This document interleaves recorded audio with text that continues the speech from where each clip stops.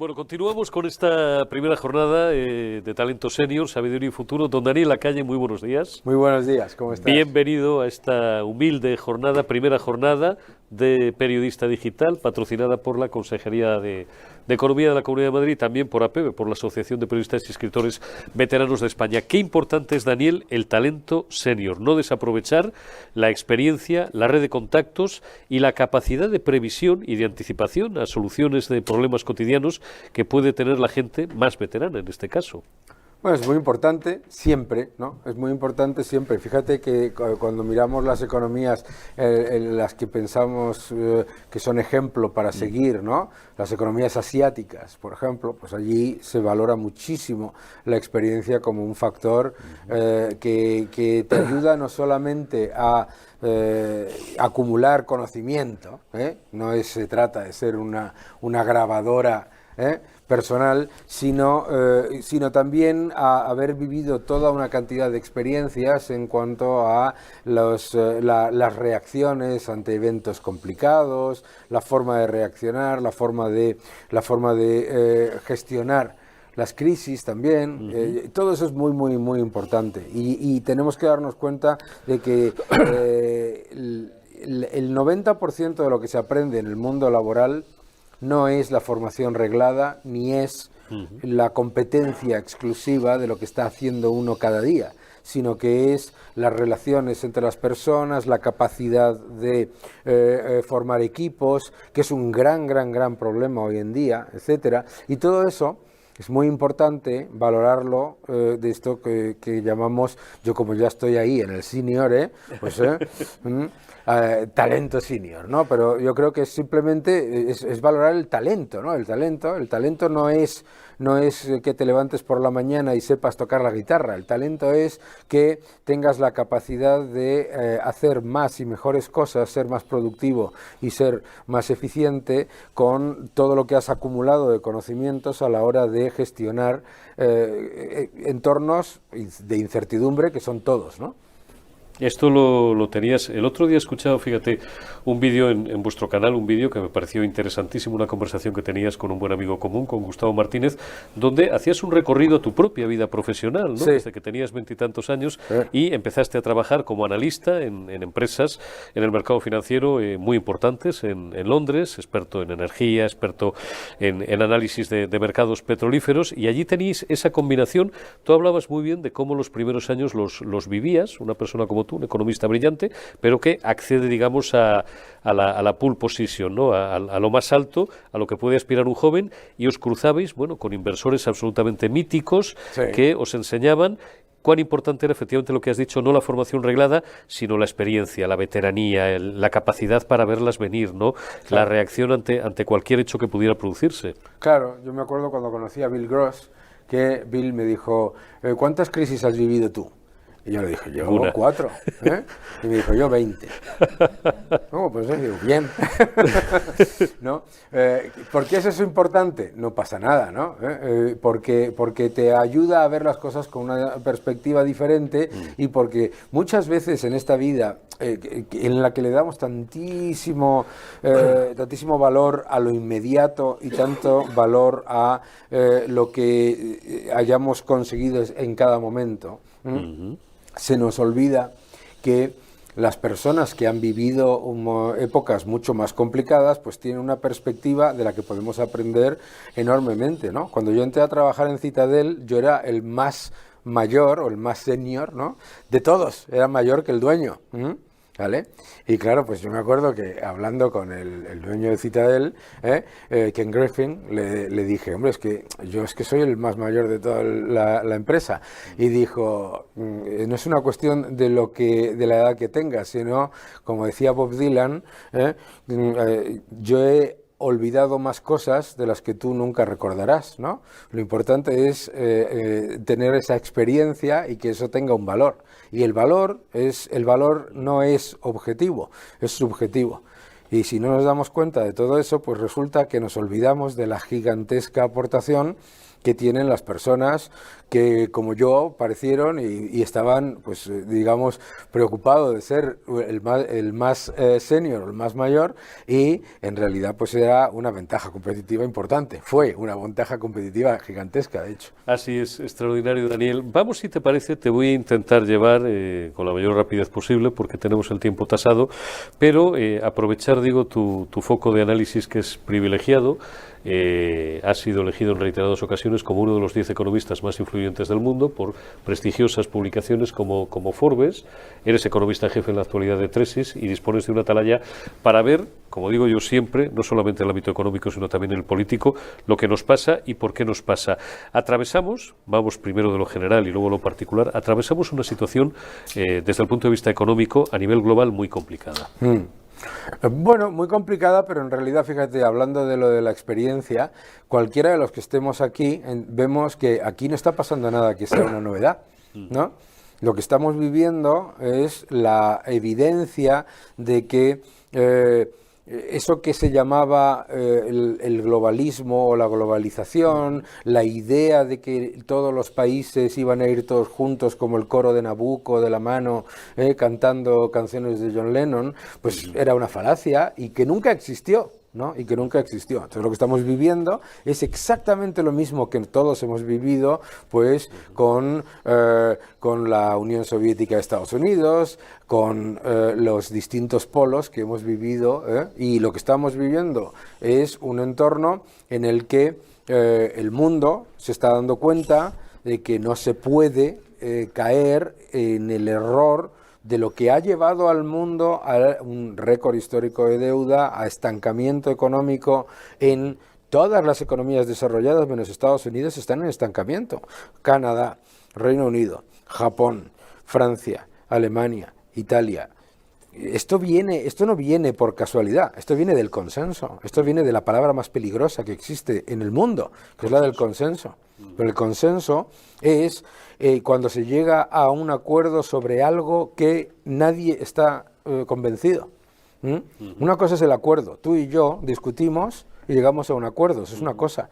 El consenso es, whatever, vamos a sacarnos el problema de en medio. Y sacarnos el problema del medio, el problema que estamos viviendo con la destrucción del poder adquisitivo de las monedas, la pérdida de salarios reales, la destrucción de la clase media en tantas economías desarrolladas, viene de, bueno, venga, vamos a aceptar un poco más de intervencionismo, vamos a aceptar un poco más de exceso de regulación, vamos a aceptar un poco más de exceso de gasto y terminas, como hemos terminado, las economías desarrolladas han superado los tres límites que tienen a la hora de gastar y endeudarse. El límite económico, cuanto más deuda pública, menos crecimiento. El límite fiscal, a pesar de que no paran de subir los impuestos, los déficits no bajan, ¿no? Y el límite inflacionario, la inflación persistente, la pérdida del poder adquisitivo de la moneda. Ahí es donde estamos y claro, lo que nos estamos dando cuenta es que no podemos estar regalándole el futuro del automóvil, el futuro de la agricultura, el futuro de la industria a una economía como es la China, maravillosa, que tiene un montón de cosas maravillosas, pero que no juega con las mismas reglas que todos los demás, ¿no? ¿En qué sentido, y tú eres un experto en esto, Trump ha constituido una auténtica revolución, no solo política, que eso podríamos ir luego si tenemos tiempo, sino económica también, y sobre todo esa llegada, digamos, como elefante en cacharrería, permítaseme la expresión, con sus revolucionarios planteamientos sobre aranceles, por ejemplo? En realidad es que no es... Bueno, primero aquí se ha creado toda una narrativa tremenda, ¿no? Que es la de... siempre contra cualquier presidente republicano. Siempre. Esto lo repites mucho y tienes razón. Sí. Los aranceles de Trump. Yo no he leído en mi vida que el mundo se iba a hundir por los aranceles de Xi Jinping o los aranceles de von der Leyen. Nunca lo he leído. Y sin embargo tenemos la evidencia de que Francia y Alemania están en estancamiento por los aranceles de la Unión Europea. Los aranceles no son una novedad de febrero de 2025, son la norma en el comercio global. Y además, las barreras no arancelarias todavía más. ¿Qué es lo que ha dicho el presidente Trump? Que la idea de que los países ricos se tienen que empobrecer para que se enriquezcan los pobres es una solemne estupidez y que no ha funcionado nunca, y de hecho no funciona. y ya está demostrado, ¿no? Y que Robert Rubin estaba totalmente equivocado cuando en la administración Clinton decidió que el déficit comercial no importaba, que es una locura, ¿no? Y lo entendemos todos. Ahora mismo en España nos hemos dado cuenta de que se empieza a subir el déficit comercial y ve a todo el mundo criticar a Estados Unidos por intentar reducir el déficit comercial, y aquí estamos bien, y aquí estamos correctamente preocupados, ¿no? Entonces, ¿qué es lo que está haciendo? Lo que ha hecho ha sido literalmente dar, y no es muy agradable probablemente políticamente, dar con el puño en la mesa y decir: vamos a poner aranceles porque no queréis bajar porque no queréis bajar vuestras barreras comerciales. Esto es muy importante porque tenemos que recordar que en la primera administración de Trump se le convenció Steve Mnuchin al presidente Trump que había que ir por el lado diplomático.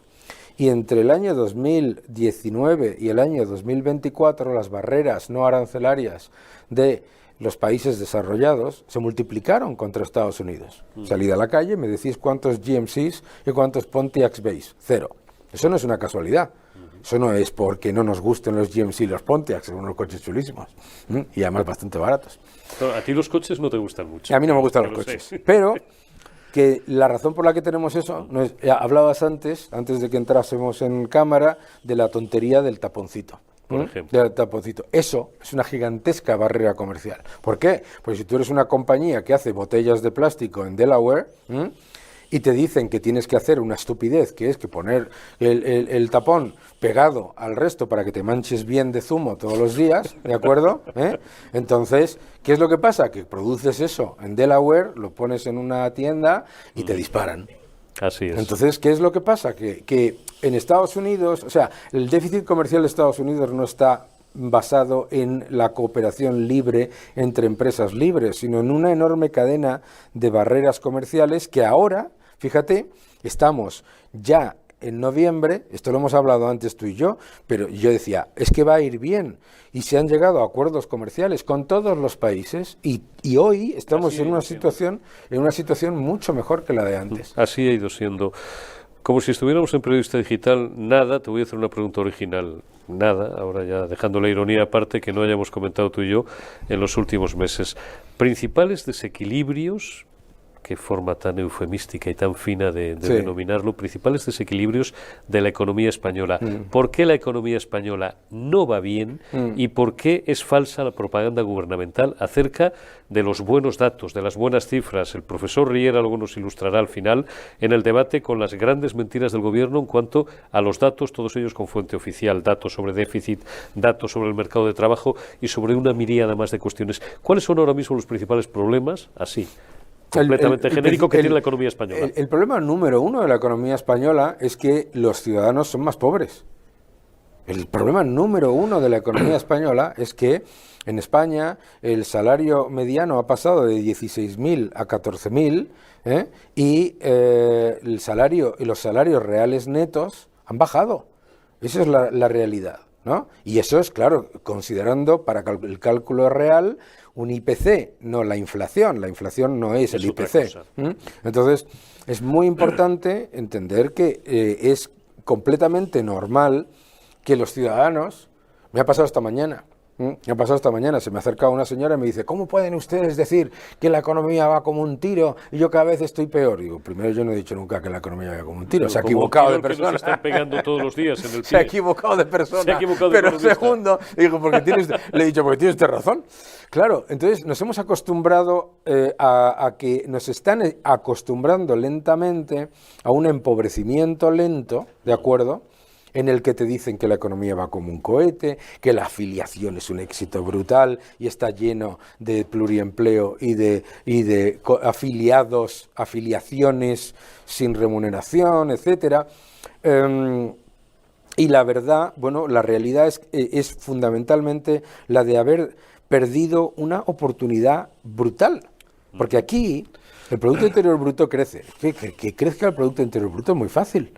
Tú disparas el gasto público y disparas la deuda y sube el Producto Interior Bruto. Siempre engordas el denominador. Es más, es más. es más. El Producto Interior Bruto son el consumo público más el consumo privado, más la inversión, más las exportaciones, menos las importaciones. Nos ha pillado un viento de cola brutal, que es el desplome de las materias primas, y se lo han apuntado como crecimiento fantástico. Y de paso engordas, digo, el denominador, y si estamos reduciendo el porcentaje de deuda sobre PIB. No, mejor maravilla. todavía. El otro día me decía un economista socialista, que es un oxímoron, me decía que es mentira que se paguen más impuestos porque ha bajado la presión fiscal. Y digo, es que la presión fiscal no ha medido nunca ni mide si los impuestos son altos o bajos. Claro. Mide ingresos sobre PIB.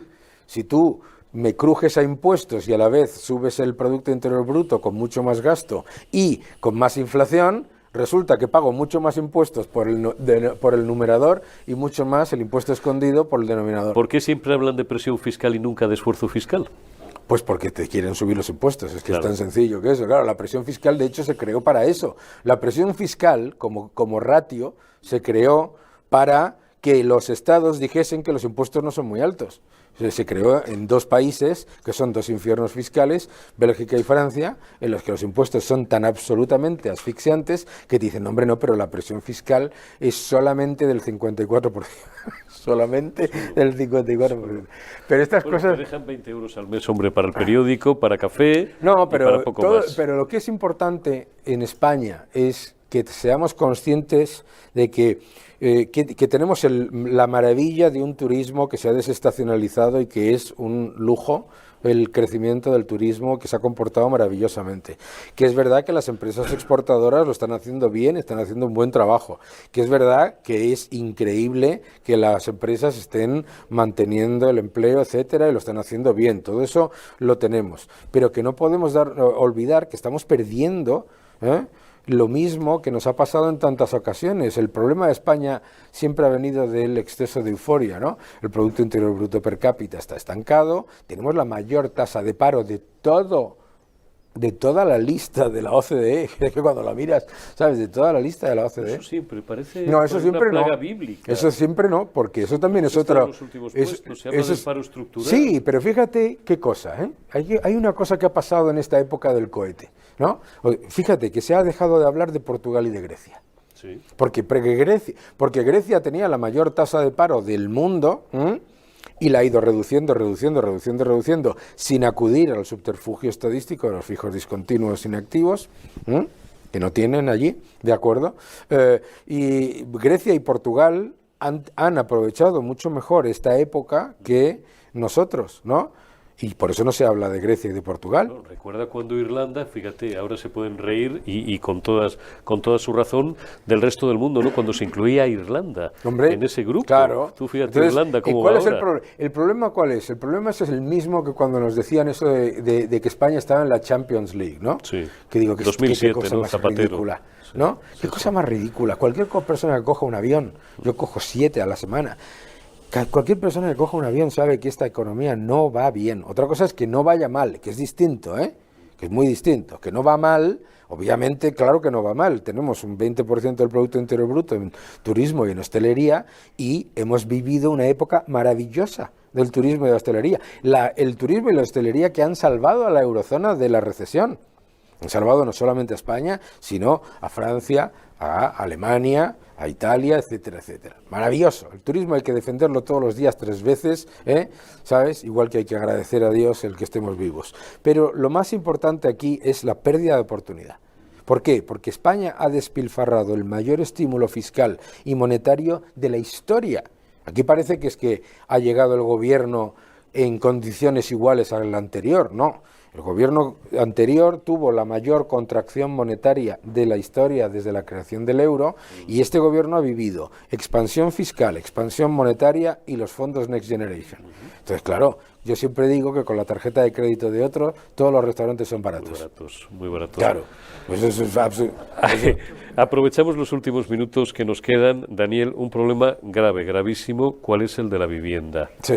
Explícale, Román Paladino, al respetable, porque hay gente todavía que piensa o que cree los cuentos que nos cuentan desde el gobierno, ¿no? Que no atiende a que esto es un problema de desajuste entre la oferta y la demanda, probablemente uno de los 2 o de los 3 países del mundo donde más se acusa este problema, y que las políticas intervencionistas, sobre los precios sobre todo, y restrictivas del gobierno, aparte de una inseguridad jurídica brutal, nos han traído donde estamos.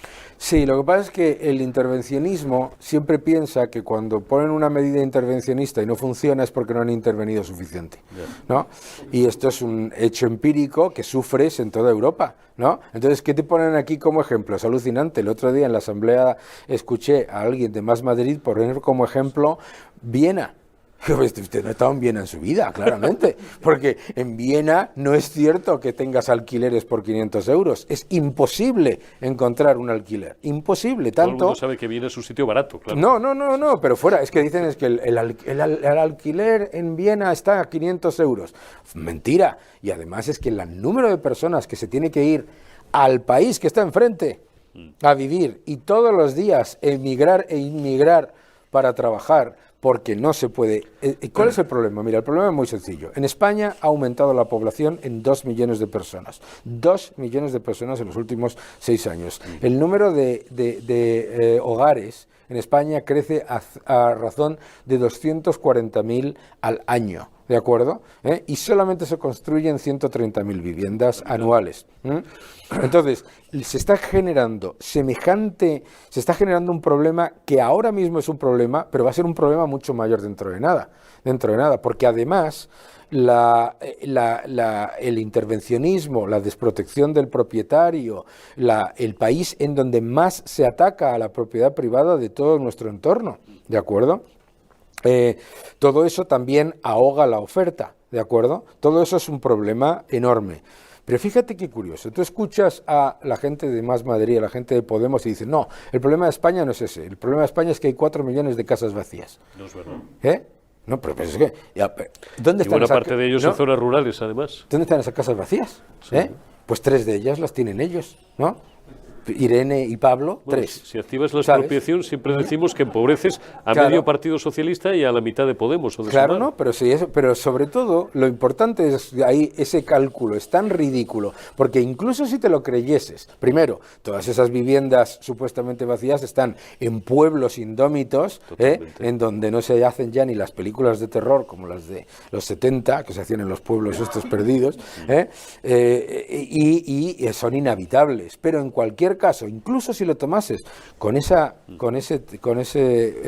entorno que estamos diciendo, el problema de la vivienda va a empeorar mucho más, incluso si compras su argumentario falaz, que es falaz, pero incluso si lo compras, están diciendo que se construye poco. Inseguridad jurídica, exceso de regulación, falta de confianza en los actores económicos, ministros, y esto a lo mejor a alguien le puede parecer exótico, ministros comunistas. Hablamos también muy a menudo con Zulueta, con gentes que tienen una perspectiva absolutamente global, ¿no? Ministros comunistas, el gobierno ataque a la propiedad privada. ¿Cómo van a venir los capitales extranjeros a invertir aquí? No, si venir vienen. Lo que pasa, van a salir corriendo. Lo que pasa es que, claro, ¿qué es lo que ocurre? Que España tenga hoy la inversión extranjera por debajo del nivel de 2018 y el 75%, si no me equivoco, viene aquí, el 75% viene aquí, a la Comunidad de Madrid, que significa que en España literalmente tienes un gran problema de echar al capital extranjero, porque claro, en la Comunidad de Madrid tienes una regulación muchísimo más laxa, tienes unos permisos que son muchísimo más rápidos, pero si te lo más una cadena, no voy a decirlo porque estoy en otra, pero una cadena hotelera competidora de esta me comentaba que había montado un hotel aquí en Madrid y que había ido todo muy bien, lo habían podido hacer, que estaba dentro de plazo y habían conseguido abrirlo antes de lo esperado, etcétera, que todo maravillosamente, y se les había ocurrido la brillante idea de hacer otro igual, no voy a decir en qué región, pero está al norte y se quieren separar, ya, ¿de acuerdo? Pues, al norte, a la derecha, según miramos desde aquí. Y dijo, Dios mío de mi vida, y llevamos 5 años esperando no sé qué propuesta, no sé cuántos, etcétera, la obra del Escorial. Todo esto es muy importante porque, vuelvo a repetir, nos estamos olvidando de que ¿sabe lo que pasa también? Que como nos comparamos con los malos de la clase, entonces decimos, no, es que estamos creciendo más que la media de la Unión Europea, no me fastidies. Claro. Y yo he suspendido menos, no estoy en ninguna clase. Es como decir que has suspendido menos que el cenutrio de la clase. Francia lleva en estancamiento 3 décadas, y Alemania se ha hundido a sí misma, ellos solos, ellos mismos. No puedes compararte con esos, ¿no? Tienes que compararte con los que lo están haciendo bien en la Unión Europea, que en la Unión Europea hay un montón de países que nos están superando en PIB per cápita, etcétera, etcétera, y que están encantados de atraer inversión, que cuando les vienen y les dicen, oiga, es que nos gustaría invertir, ¿en qué le podemos ayudar? ¿No? Lo que tendría que hacer en España, en vez de criticarse tanto, es hacer más como hace la Comunidad de Madrid. Ahí te quería llevar, es la penúltima, nunca la última. Bueno, la última te la haré, la penúltima. No es difícil, basta hacerlo como lo está haciendo el equipo de la presidenta de la Comunidad de Madrid. Políticas que atraigan la inversión, políticas de un intervencionismo que sea el justo y necesario. No, el intervencionismo nunca es ni justo ni necesario, pero es muy importante que que no se trate a los que traen riqueza, a los que invierten, a los que traen empleo, a los que buscan fortalecer la economía de la región como si fuesen delincuentes. Ya está. Si tratar a la gente... Obvio, a ver, ir a una empresa que ha hecho fábricas por todo el mundo y pedirle unos requisitos absolutamente ridículos y licencias que duran 5 años y 6 años y no sé cuánto, no tienen ningún sentido, ¿no? Entonces, tener silencio positivo, tener una serie de medidas completamente normales. Pues claro que viene usted a crear riqueza. Si usted va a montar aquí su pequeño negocio, su pequeña empresa o su gran empresa, no importa, pues que, por supuesto que lo va a hacer bien. ¿Por qué vamos a partir de que lo va a hacer mal, ¿no? ¿Entiendes? Entonces yo creo que nunca se desregula lo suficiente, porque no nos damos cuenta que se habla de la desregulación de manera negativa, nunca nos damos cuenta de la cantidad de normas que se están acumulando todos los días y que van sumando, ¿no? Tendríamos que tener el ejercicio sano, ¿no? De ir eliminando regulaciones. Estaba yo en Washington y me enseñaron decía, estamos desregulando, y me enseñaron, ¿qué están desregulando? Y fíjate qué desregulación han hecho, ¿no? Los dueños de caballos no podrán aparcarlo no se aparca el caballo, no podrán dejarlo enfrente del salón. Eso era una regulación que está todavía ahí pendiente, fuera. ¿No? Hay un montón de cosas anticuadas que no sirven para nada en el mundo de la inteligencia artificial. Yo creo que además la administración tiene una gran oportunidad, que es aprender de Hacienda. Hacienda funciona maravillosa. Hacienda funciona de escándalo. Yo he podido pagar en domingo a las 12 de la mañana sin el más mínimo problema. Por supuesto. Pues igual para todo lo demás. O sea, como la seguridad social, pero al revés. Ultimísima, Daniel, una que no te he hecho nunca y que no te han hecho nunca. Si fueras mañana ministro de Economía, te la cambio, si tuvieras la oportunidad de ser ministro de Economía durante 48 horas, vamos a poner, ¿qué 3 decisiones tomarías que necesita la economía española como el aire que respiramos? Bueno, lo primero que tenemos que hacer en España es dejar de pensar que va a venir Daniel o Juan o Paquito, el que sea, y va a venir con la idea mágica. Lo primero que tienes que hacer... Cuando vienen los mejores, pues hombre... lo primero que tienes que hacer es escuchar. Lo primero que tienes que hacer es escuchar, porque yo sé de hostelería lo mismo que de cantos gregorianos. Entonces, si quiero saber sobre hostelería, le pregunto a los hosteleros. ¿Cuáles son sus problemas? ¿Cuáles son los problemas que tienen ustedes? Que se tenga menos... En España hay mucho miedo a la administración pública, muchísimo, yo se lo he vivido, muchísimo. Por lo tanto, que no se le tenga miedo, que se diga, esto es lo que pasa, estos son los problemas que tenemos, esto es lo que podemos... Segundo, aquí hay que hacer 3 cosas urgentísimamente, ¿no? Primero, dejar de subvencionar la baja productividad y penalizar la alta productividad. La productividad en España no cae por una fatalidad o por una condena. Cae porque se subvenciona la baja productividad y se penaliza fiscalmente a la alta productividad. Número 2, lo que hay que hacer es una revisión profunda del gasto público.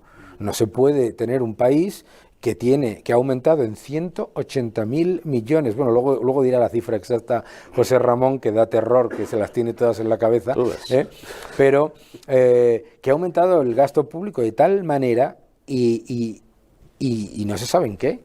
¿de acuerdo? Y no se sabe en qué.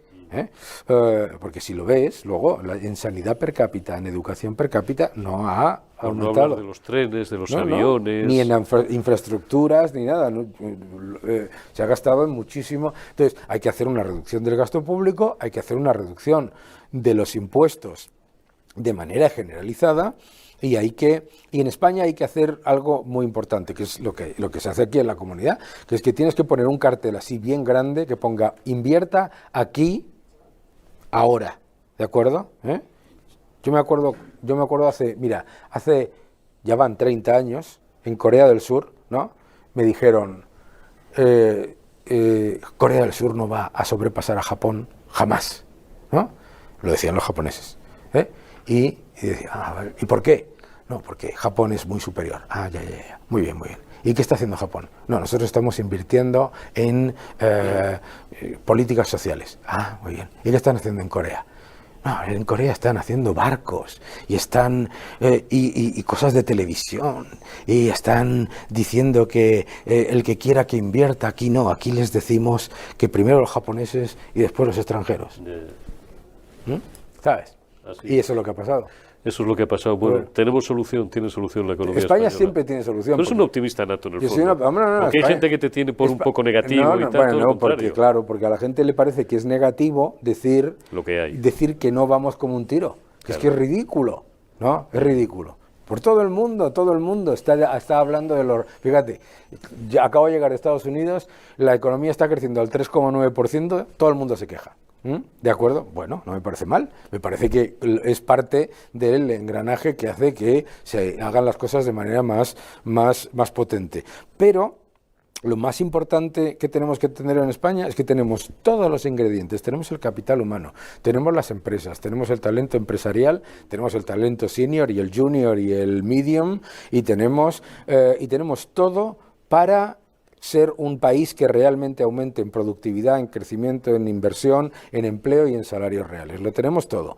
Lo único que falta es que tenemos un problema, que es que tenemos a una serie de gente que piensa que puede vender que 2 más 2 suman 22.